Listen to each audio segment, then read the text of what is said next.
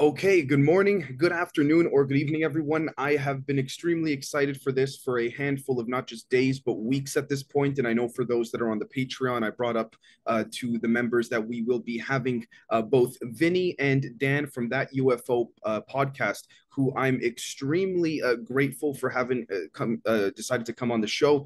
Guys, without further ado, it's truly an honor. I'm very, very humbled and I'm very excited to see what you guys have to present pertaining to both the Calvine and the Colombia incident. But before we get into that, how are the both of you doing today?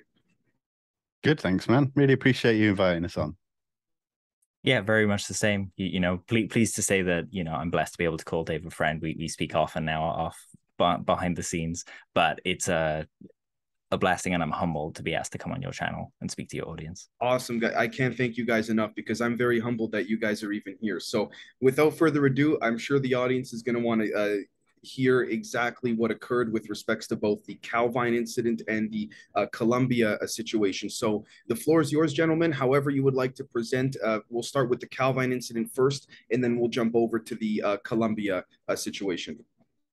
Sure. So, the Calvine image, for people who aren't familiar, it's something that happened in August, 4th of August to be precise, around 9 p.m. in 1990. And two people were walking in the hills in Pitlochry, or near Pitlochry, Scotland, in a place called Calvine. And they came across a diamond-shaped craft that was just hovering there silently in the air. As you can see in the photo, it was being buzzed, we'll say, by a jet that we think may or may not be a Harrier. But they managed to hide behind a tree and kind of semi in some bushes and fire off 6 shots of this craft. Now, these shots were sent to the Scottish Daily Record, who, funnily enough, never did publish a story on the Calvine case, but they got in touch with the RAF, specifically, someone called Craig Lindsay, who Vinny will tell you about in a little bit. And he liaised with the Ministry of Defense in London and provided the negatives and the photographs to them. After they studied it, they determined that, this was something real in the air, not a reflection or anything like that. And there was a bit of back and forth between the UK and Washington on the matter, even going so far as agents actually flew out and met with representatives in the US and showed them the image. And there was a lot of finger pointing. I see it as like that Spider-Man meme where everyone's pointing at each other saying, it's yours, it's yours. But suffice to say, no answer ever came. And for 32 years, I want to say, this image just went, it was a mystery. It was built up as a myth by Nick Pope, the UK's Fox Mulder, the media like to call him. Nick occupied a position where he basically did a lot of filing and came across the initial reporting of UFO reports, which he then passed on to a place called DIS or DI-55. And these are the people that would actually do the on the ground investigations of UFO cases in the UK. So, like I say, that image or those images weren't found for about 30 odd years. And Dr. David Clarke, as part of the National Archives in the UK, they released the just information that the UK had on UFOs. He helped release them in various batches, and in one of these batches was a black and white photocopy of the Calvine image, and that's what we've kind of been stuck with all these years, just speculating on it. Nick Pope at one point partook in a Channel 5 program where he made a CGI recreation of the picture as he remembered it, because it was hanging on the wall in his office. Some people put it up before he got there, and it was taken down by a boss one day, kind of inexplicably. So that's kind of where the image sat, and that kind of brings us up to the modern day. Sorry, Dan, before you go on, brother, I just, for the sake of the audience, I wanted to share my screen here. This is the black and white image you were speaking Great. of? Yeah, that's right. That's a cropped version of it, but yeah, I mean, okay. Yeah, that's the goods, And then the CG version is CG that one version. there. Yeah, you got it. A lot Gotcha. of people confuse this one actually for an AI upscaled version of the image, but Okay. it's not. It's completely CG. There are a lot of familiarities between the two, but yeah, that's not the real image there. Got you. And I wanted to ask one more thing about the, I believe the memo. One of them here, I noticed, here we are. If you click on the link, more so for the audience, it pulls, this is what happens when you click on the link. We'll do it in real time very quickly. Oh, here we go, actually. Perfect. This post was deleted by the original poster. Anyways, point being is that the document here, if we zoom in, shows that defensive lines to take if asked. We've looked at the photos, no definitive conclusions. We're confident that the jet aircraft is a Harrier, and a couple other points.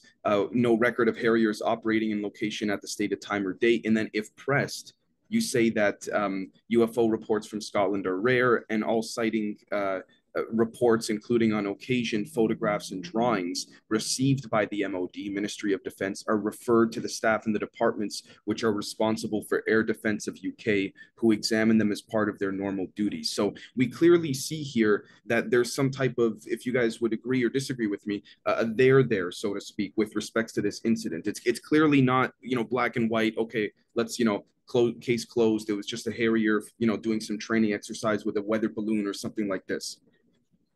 Right. Yeah, that's absolutely correct. Yeah. Yeah, there's a lot of nuances to the case where it gets very blurry, and looking through the records, you don't get even close to a conclusion or anything. What I will say is we have spoken to people in defense intelligence who were part of the meetings in Washington at the Pentagon. And I have to be careful what I say, but they pretty much say, we knew what it was and we knew who it was. So, but again, you have to take their word for it, and of course we can't, because it's just their word. But what struck me particularly was peculiar the wording. I don't mean to take words out of context of what you're saying, Vinny, but the fact that they allegedly said we knows whose it was, as if to say, to allude to the idea that particular craft, who it belonged to, whether human or otherwise. Human. Wow. Okay.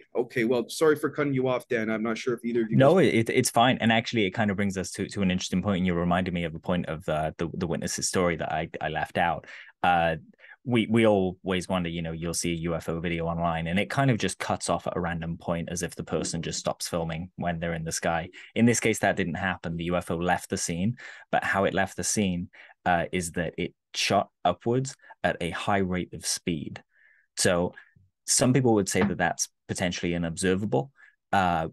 So for me, the question of whether it's man-made or something other, there's a little gray area in between those two, But yeah, that brings us up to date. And for the kind of the lowdown on the current investigation, I'll hand over to Vinny. Yeah, no problem. So one thing I wanted to say before I forget is with the witness testimony is, we've been trying to track down the witnesses, which we've not managed to do as yet. We've certainly got some interesting leads that we're following currently, but we have spoken to someone who worked directly with them at the time. And this person remembers a visit from spooks to the hotel in Scotland where they worked. And noticeably for days after this visit, the two witnesses they acted very differently, almost scared. So that's another data point that you have to put in there. Put that along with the defense intelligence. Sorry, brother, when you say scared, or sorry, when you say rather data point, are you saying and I fully agree, to incorporate the human angle, if you will, the human intelligence angle of how these individuals were of a particular general behavior at one point, and then after a certain point, all of a sudden things shifted? Yeah, absolutely that. And when I say data point, because this picture is there's so many pieces of this puzzle missing, we've got all these little points that don't connect as yet, but each one is really important. And when you pull them together, you start forming a picture that's bigger than people just saying it's a rock in a pool. Well, it's not, because we've got all these data points. We cannot lay it all out yet. The investigation is very much ongoing, but we've got these important points that you can't just brush aside because they don't fit with a certain narrative. I would be so sorry. I would be remiss, and I think my audience would be too, if I didn't respectfully press you on what you mean by this is more than just a craft being photographed. I don't mean to disrespectfully say, hey, can you reveal what you're still working on? But could you potentially elaborate to some extent? Was this maybe a transnational cover-up of sorts, or are you alluding to something else? Well, I mean, it's no secret that it's been discussed that this is some secret, or was some secret US technology, and apparently it was a reconnaissance aircraft that was operating out of RAF Machrihanish in Scotland and going out over the North Sea and into mainland Europe as a test. It was a prototype. And people say, well, surely we should have seen that technology 30 plus years later. Well, for all we know, it failed. It was not successful. There are so many possible reasons why we haven't seen it. But as far as the ongoing investigation, we're looking at leads to try and track down possible pilots of the Harriers that were flying, because apparently there were two. There are reports that one was US and one was UK. But in the initial investigation, there were no flight logs or any trace of these jets operating in the area. So that's a strange point as well. But then you look at JARIC, who is the Joint Air Reconnaissance Intelligence Center that first analyzed the images back in 1990. They determined it to be a Harrier. So again, it's with the cloudiness. We're not sure about all of the story and the pieces. So we're still trying to work on pulling it together. And, it took over a year from first contacting the person that gave us the photograph to actually getting it. I can see this going another year plus as well. Before you guys go on, and I promise this is the last time I'll constantly interrupt. With respects to, and this question actually goes for both Dan and Vinny, I'd love to get both of your perspectives, whether they're the same or different. We see, for example, in general that, the UK and America, they're part of, the Five Eyes Alliance, New Zealand, Australia, Canada, all of this. Do we feel, or do you guys feel rather, that there is a resistance more so from if you could speak on this publicly, resistance more so from the UK side or from the American side to sort of, whether currently or previously, have this sort of covered up? Where do you feel more of the, whether intuitively or evidence-based, where do you feel more of the pressure coming from, if that makes sense? It's a very good question, quite difficult. I mean, if you look at the Condign report from around 2000, there was a section in there on which we believe was on Calvine, where it had images redacted of secret black technology. We believe, and obviously a belief doesn't mean it's true, that this was, it was showing the Calvine craft. And we look at now with the responses we get when anybody tries to contact the Ministry of Defence or the government here in the UK, you get a boilerplate response and that is it. Now, yes, I think we could get more answers out of them if we just keep plugging away, which I think a lot of us are. So I'd say that it's probably harder from the British side at the moment, but then it depends on that. I'm thinking about that case in particular. I can't just in that case, right? Because I mean, we can speculate to your point that these are the the Americans pressuring the British, or vice versa, the British pressuring the Again, this is the world of intelligence. So you would say, though, as of right now, at least, more on the UK side. I would have thought so. What do you think, Dan? Yeah, I would agree more on the UK side. You usually, you'll put in a freedom of information request in the UK, and you get an acknowledgement back pretty quickly. And what we're finding with this is that a number of us have put in the requests. The only thing we've heard back is from our local MPs kind of saying, yes, I'll follow up with the MOD for you. But the MOD are silent. I have nothing back from them at all, not even an acknowledgement. And I was kind of hoping that they would respond to me with some of those talking points that were in the document you brought up there, just because we can kind of go, we know why you're talking about these, and kind of point to them. But so far, mum's the word, they're being completely silent, and America's really leading the conversation. Yeah, and that's the thing. We've had to rely so far on the RAF press officer who released the photograph to us. He came out and talked about it, no problem. But at the moment, the sources that we have who worked in defense intelligence, unfortunately, wish to remain anonymous at this point. So it would be a very different conversation if they weren't anonymous, I can tell you that much. Right. So for now, we have to just keep plugging away. And all I can say is I hope that we get more information that we can bring to the public sphere in the not so distant future. Got you. Right. So now if I were to share my screen here with respects to, if we could just clarify for the audience who this particular gentleman is. Forgive me if you guys mentioned his name and I just didn't catch it. But yeah, that's sure. So Vinny, I was going to ask you actually, would you mind just explaining to people how David and Craig got in touch and why Craig even had the photograph still?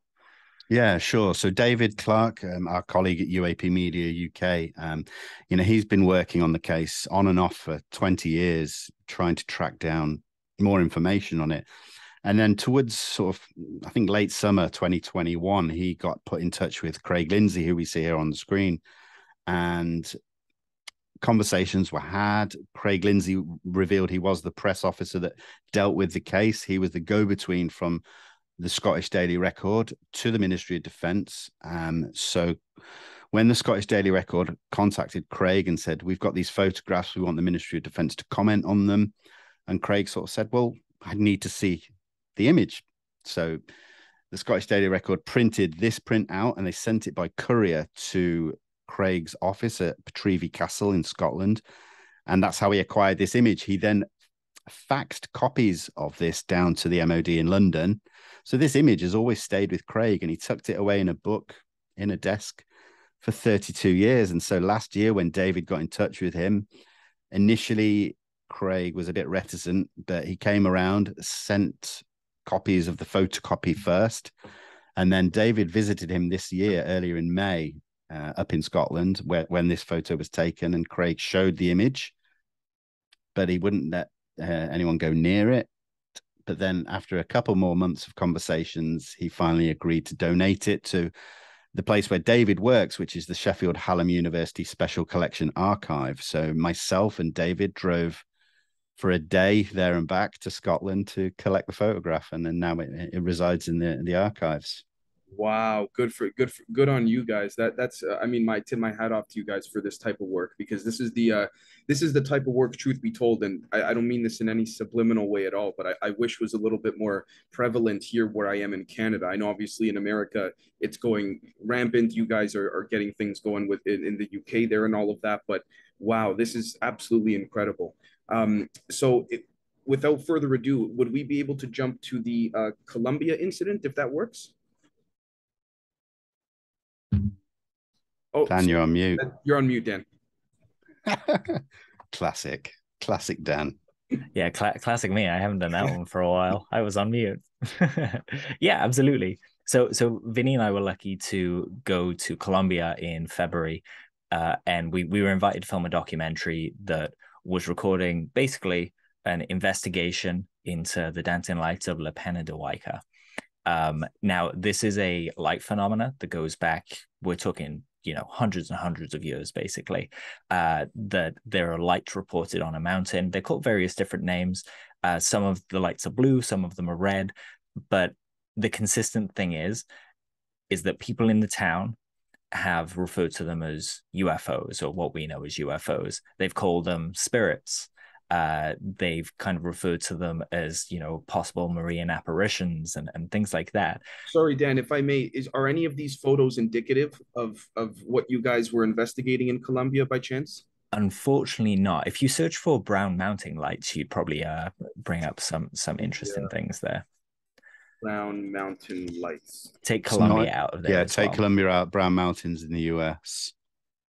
But this is sort of very, very similar. Yeah, here we go. So you can see there as well, the Hessdalen lights are coming up. And these are all light phenomena that, they were prevalent, but very seldom studied. Hessdalen was famous because it was one of the first instances of these actually studied. And there's some high strangeness that kind of accompanies them, but it seems to be that the scientists call these, earth lights and things like that, so that they can actually study the phenomena without and actually be funded instead of trying to ask for funding to do a UFO research project. So yeah, they look very similar. I'm just wondering if, oh no, I won't. But I can certainly send you the Colombia video, Dave, to pop up on your channel if you want. Oh, sure, I'll put it up afterwards if that works. But yeah, cool. Thank you so much. Yeah, for sure.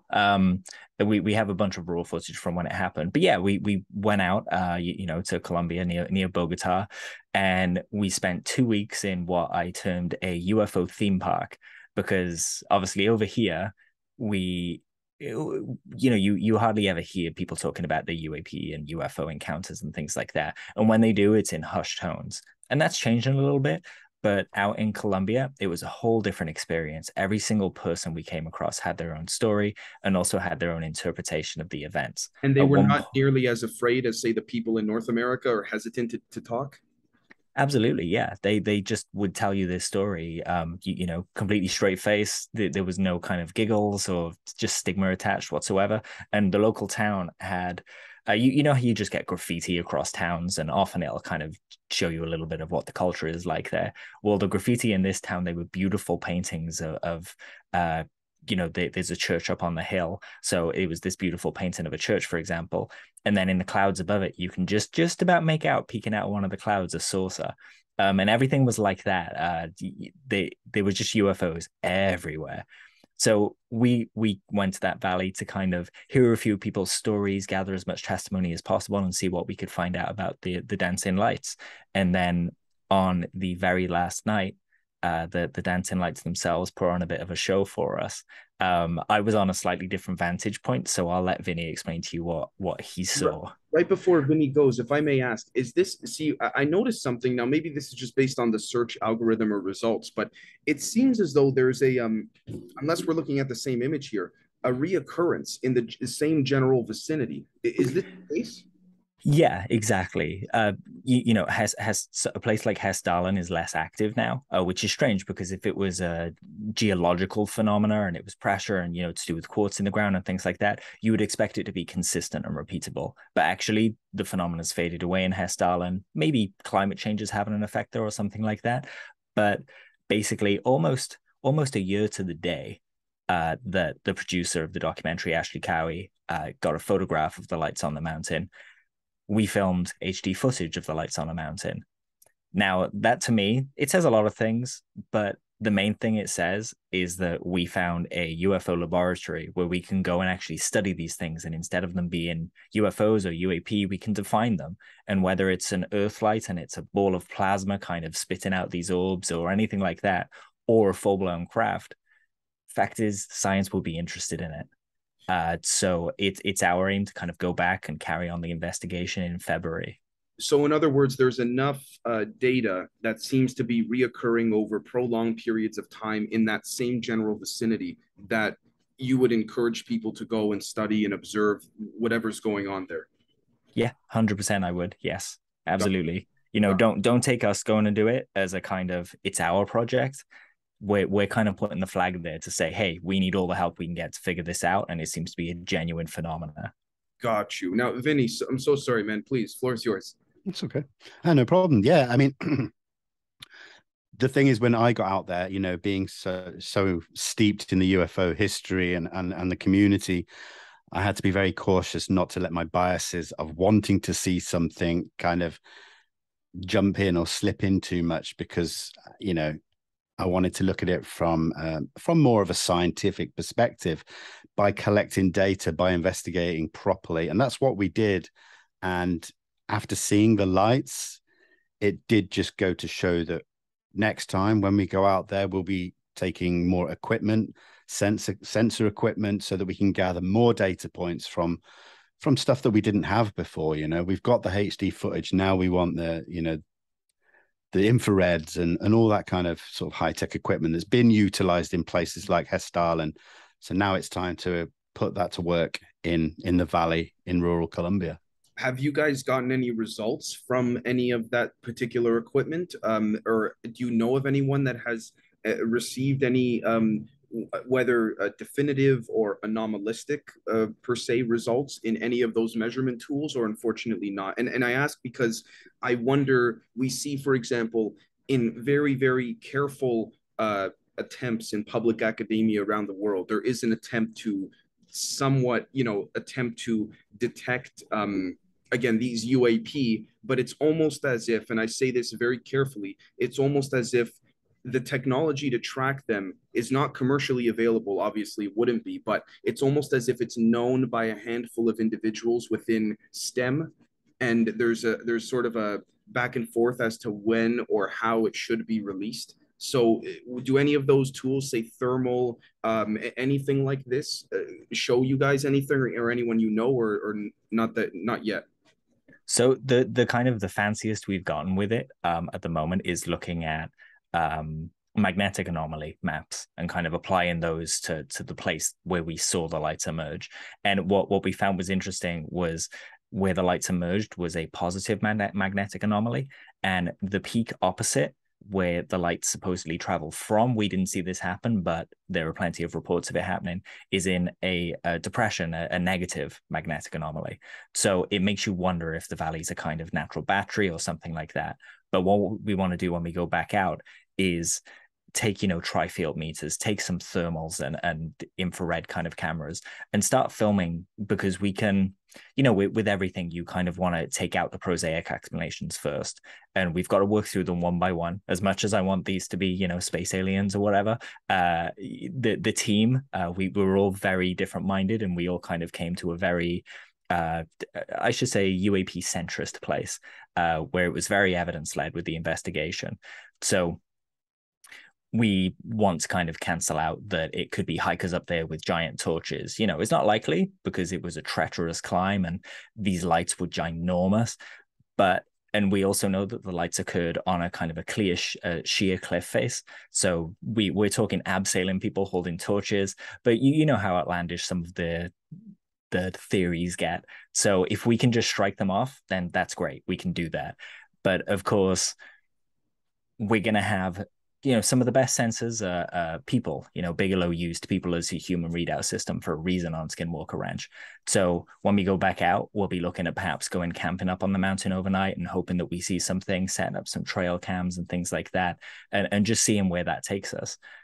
As far as I'm concerned, we confirmed that the phenomena is there. We got HD footage of it.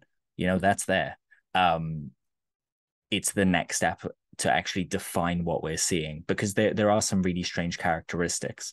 If you look at the video, people might notice that one side is blue of these orbs and the other side is red, which suggests, I'm not saying it is this, but it suggests gravitational lensing, which obviously is quite the claim. But when we're talking about these orbs and their ability to kind of bend light or interact with the matter around them, a fingerprint like that would be real interesting in differentiating it from something prosaic. Could you elaborate, Dan? Very well said, by the way, on the gravitational lensing. Because I wanted to correlate that potentially with, you said, the magnetic, there's a shift. So whenever the anomaly, forgive me, please correct me if I'm wrong here, but you're saying that whenever the anomaly occurs, it seems as though when detecting the magnetic presence, there's an increase on one side and then a decrease on another? So two separate things. So the magnetic anomalies are to do with the peaks that are across the valley. So one's positive, one's negative. And the story goes that, one hill seeds the other hill. With the hill where we saw the lights is Chia, the moon goddess, and the other side is male and kind of fertilizes that hill. That's how the story goes, and sends the orbs over. The other thing that I'm talking about is that if you look on the video of the lights that we got, you can see that when the lights are flaring up, one side of, I'll just say the orb, for kind of argument's sake, one side of the orb goes red, the other side goes blue. Now, this is an effect that we see a lot when we're doing astronomy. It shows that a star is bending the light and stuff like that. Usually, you'll see it with black holes, but if you have a Google gravitational lensing, there's some great explanations. But in a nutshell, it means that the gravity is so strong near that object that it's changing the frequency of the light. Now, depending on whether that light is going away from you or towards you, it'll get red shifted or blue shifted, which usually on these astronomical bodies will show up as red light on one side, blue light on the other. If I may, what's the usual expectancy? Say if a craft is seemingly taking off into, upwards ish, are we going to see blue or are we going to see red compared to, yeah? Well, if we're talking conventional craft, we wouldn't see any lensing whatsoever, because an airplane doesn't have gravitational pull, for example. But if we're looking at a black hole, we'll see that one side the images are slightly red that we take, the other side the images are slightly blue. So it suggests that there's some gravitational to and fro in there as light passes between us and around that object. The suggestion is that maybe what we're seeing on the hill seems to have a characteristic that can do a similar redshift, except, this time we're talking an object on the surface of the Earth doing it, which is very intriguing to me. Got you. Got you. Vinny, did you want to jump in at all, or? One thing I will say is that like Dan refers to the object as an orb, but and that's a great definition in its basic form. But this thing was spitting out small orbs. At one point, you'd see like this tail almost come out of it and retract back in. But there have been images captured on the same mountain of different kinds of plasma looking anomaly. So, and I will say as well that in previous accounts where these lights have been seen, they've not hung around for very long, only for seconds and stuff. When we witnessed them, it was about an hour and a half to 2 hours of these things doing all sorts of weird and wonderful things. So yeah, it's very interesting. Well, if I may ask, since you guys were there on the field, from a human intuitive perspective, did you feel a some type of stronger compared relative to other, we could say patches of land, a stronger energetic presence, whatever that may mean? And if so, was this a positive, we could say feeling, or more malevolent feeling, or sort of neutral? You guys see what I'm saying? Yeah, absolutely. Actually, I'll let Vinny take this one because he made a comment on the day about the weather feeling slightly different. So I think that's relevant here. The one thing I found because this happened on the last night, but in the week and a half from the start of the trip leading up, you almost feel this presence of something strange anyway. And I think it's half to do with just the richness of the subjects in the area. You're steeped in UFO lore with all the people that we spoke to, but there is something different. We're on the edge of the Andean plateau as well. So we're already at sort of 9,000 feet above sea level. The mountain itself, an extra 3,000 or something along those lines. So the air, everything feels completely different. But on that one day that we saw the lights in the evening, but that morning driving through the valley, I actually did lean over to our producer and say, something feels different today. The air feels different. And he asked me the other day, how did it feel different? And I couldn't really answer because I don't know. It was a feeling. It was a feeling inside and around me rather than it feels damper in the air or muggy in the air. It didn't feel anything like that. So it's a very difficult thing to explain. If I may ask, Vinny, when you say that you don't know what it felt like, I want to delve into that a little bit if we can, because Sure. I've sort of hypothesized that that same indescribable manner is very similar to, I've said to people, whether on the member side or on the public side of my show, it's like trying to explain water or even the color of water to a child or a baby who's never seen it. How do you don't know other than because we're so used to just saying, here, look, here's water, right? Sure, yeah. Yeah. I've tried. I've used words like the air felt electric or it felt ionized and that, but that still doesn't cover it all. It's close, but yeah, you're right. It's like trying to explain something that how to explain it because it's not like something that can be just defined in straightforward language Could we almost. say that in the local area of the field that you're in, you felt sort of like, for lack of a better set of words, an electrical tingle, if you will, or an upspark in electrical, uh, you could say pulsations around you. You see what I'm saying? I'm not trying to attribute any one specific word because I don't think there is one right now, but you know what I mean. Yeah, I do know what you mean. And I didn't feel it like physically on my skin or anything, but it was the air, so maybe there was pressure mixed in.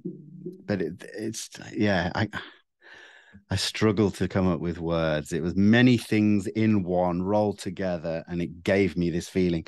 In psychologically as well, felt confused. This is different. Why is it different? And then it showed us that night. That's why it's different. Maybe that these lights appeared. Wow. Right. Now, I did want to say, if we could in real time, if it's cool with you guys, Dan, would you help guide me on this UAP Colombia website if we may be able to find the video of? Yeah, for sure. I think so there are a number of videos down the bottom here. All are basically Ashley has just taken the raw files off of the Canon 5D and uploaded them to YouTube for people. So you can kind of see them there. So I'd recommend going for one of the short ones there and yeah, just kind of playing it. And Yeah, I think the 2 minutes 40 one, maybe. I might be wrong. I'm trying to think of a specific clip with the orbs. 1 second. Let me make sure I can share my sound for everybody.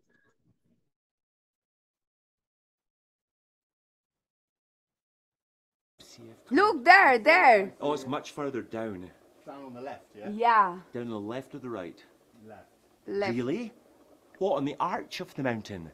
So you can see But that there's little no dot path on there, the left. kind of blinking in and out. There's no path on the left, guys. The path only goes over to the right. I've only seen the phenomenon on the right. I've never seen it to the left of the peak. the left the whole time. I've not seen it to the left. Below the mirador, left almost level with the mirador. So do you know how long Left peak. it took me 10 minutes to get from the top of the mirador to the bottom? 10 minutes. There it is, it's back. Yeah. I'm going to try to center it. So camera move now. As the phenomenon is there and glowing in the center of the screen. I'm going to try to... Oh, wow. Yeah. Shall we try it? No, but I could put Walter's astronomical telescope... Vinny, how far away were these to you? I think it's just, is it 2.5K? I think that's about right, isn't it? Up now, look. So quite the distance. Yeah. That you can't Yeah, but the see. perfect There's angle a to light look on at something camera that's you can't but see Yeah, with your there, eyes. look. 2.5 to Down 3,000 here on the feet right. above Whoa, you. what is that? I'm seeing it here, but Yeah, this isn't the clip Whoa! I was looking Wow. Oh, there's a bit of I love that human reaction though. Oh yeah, man, I was freaking betrays the out. feeling. Yeah, there's one video where we magnified massively, and we can see orbs being spat out and stuff.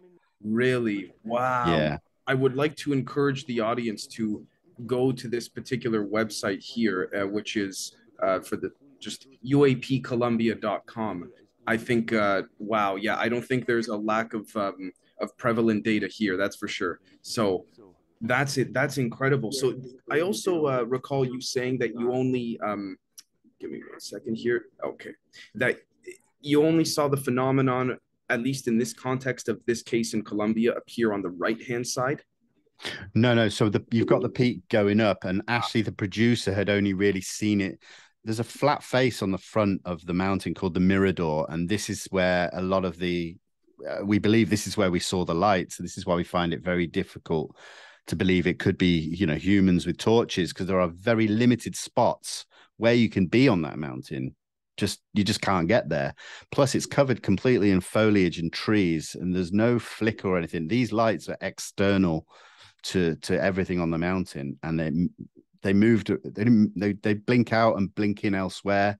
And to walk that distance, if you could even do it, would be a long time. It's a treacherous mountain. So we saw it to the left of the flat peak, the Mirador. We saw it above.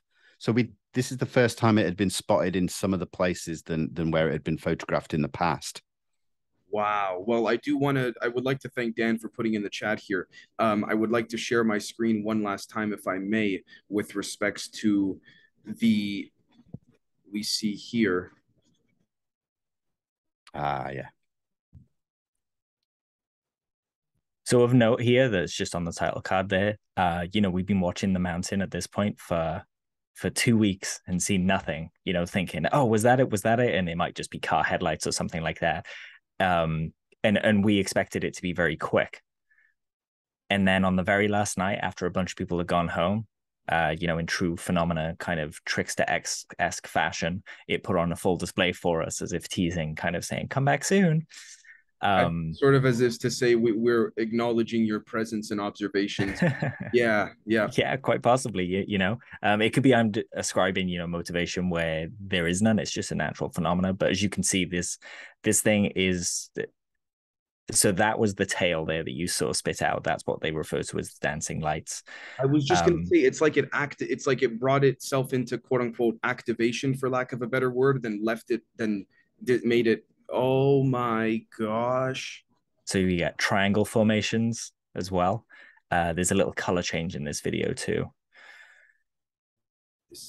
But bear in mind, this is on a sheer cliff face.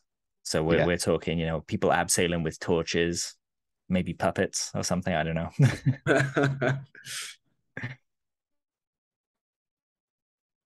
Wow. And you'll see these in a second blink out and be replaced by a flashing colored orb. It's a really strange phenomena. Yeah. Really strange. And it's hard to cast judgment, to kind of say, oh, it's this or that or this or that. Truth is, all we know is that there's definitely something there and that we need to go back and study it more. Here we go. Right. So you're seeing the kind of the red flashing now. Right.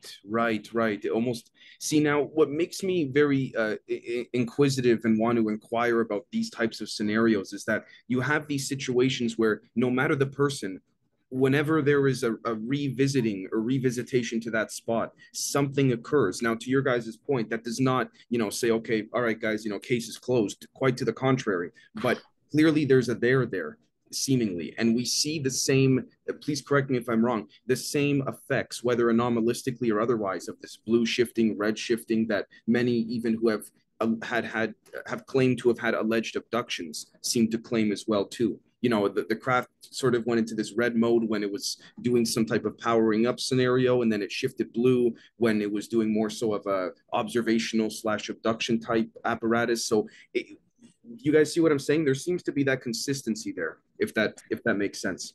Yeah, 100%. Go on, Vinny. Sorry.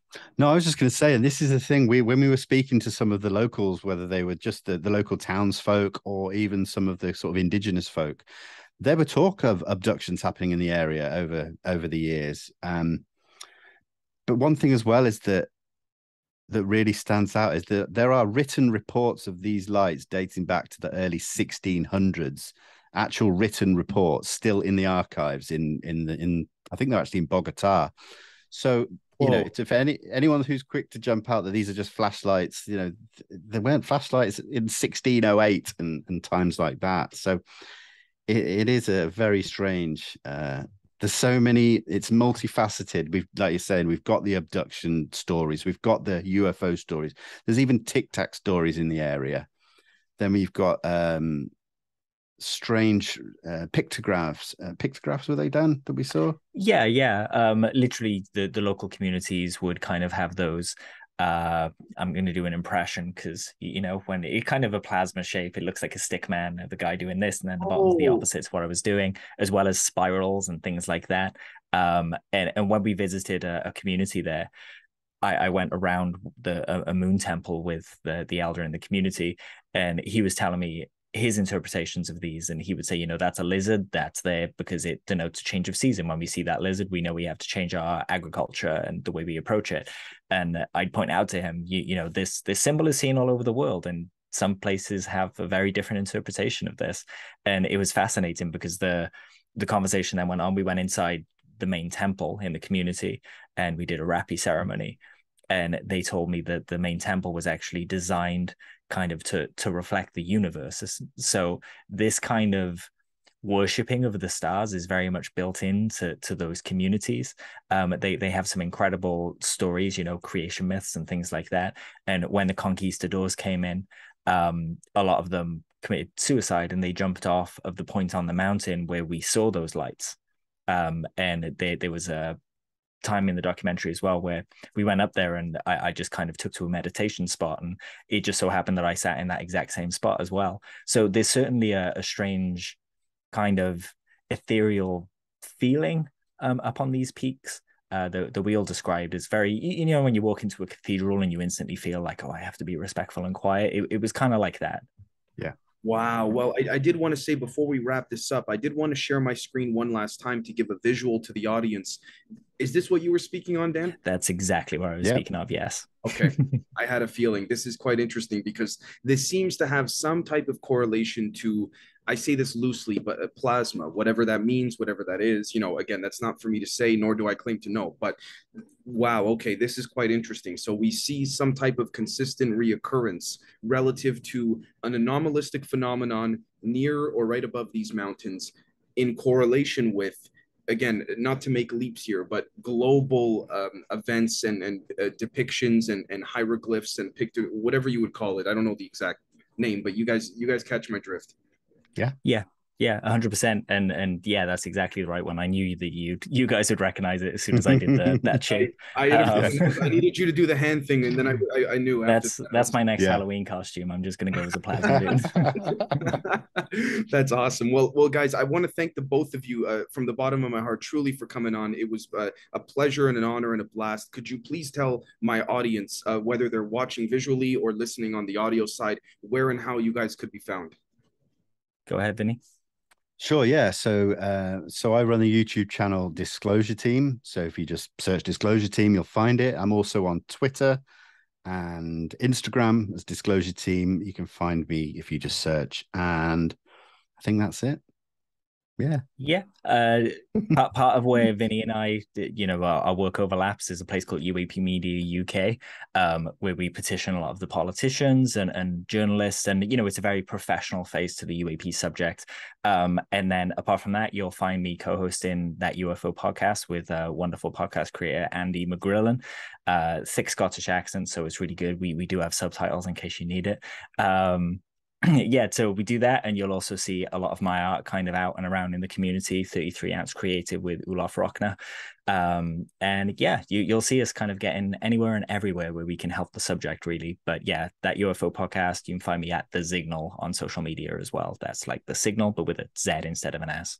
I can't thank you guys enough, truly, again, from the bottom of my heart. And I'm sure this is going to be an absolute compelling spectacle to watch and listen to for my audience. As I said, on my member side specifically, I announced that you guys are coming on, and there was a very encouraging and welcoming response. So thank you so very much, guys. And to the audience, we'll catch you all next time.